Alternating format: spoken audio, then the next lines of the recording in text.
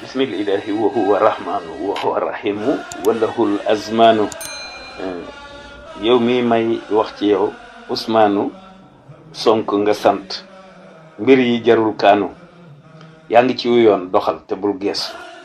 saa yu feetu jotee rek di nga feetu fal yatawakkalil mu'minuna ala Allah ku gëm day wakkiirlu ci yàlla mi di laa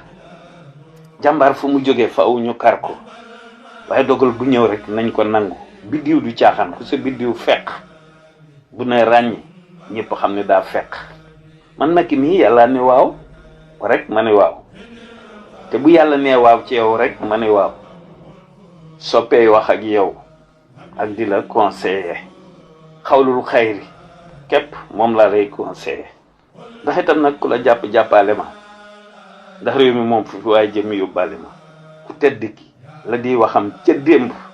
bëgg gi mu bëgg réew mi la waxoon ca démb ak ñi dëkk réew mi di sénégalais yi ñëpp a nangu li mu defal sénégalais yi ak africains yi sax laay wax ak der yu ñuul yi fu ay mën a nekk ci àdduna ba ci ñu ñuul yi ci yu ñuul yi falay see yu jibu sawaadul jismi safahatal fatawu su al fahmi révolution laa lay conseillé bu pacifique rek kon kenn du la mën a sikk ñi jàppaate du Macky man xam naa leen te bu jotee dinaa ne ña nga ne xool leen jàmbaar fu mu musu jógee ñu kar ko kàccooree jóg ni kii jàmbaar la kar ko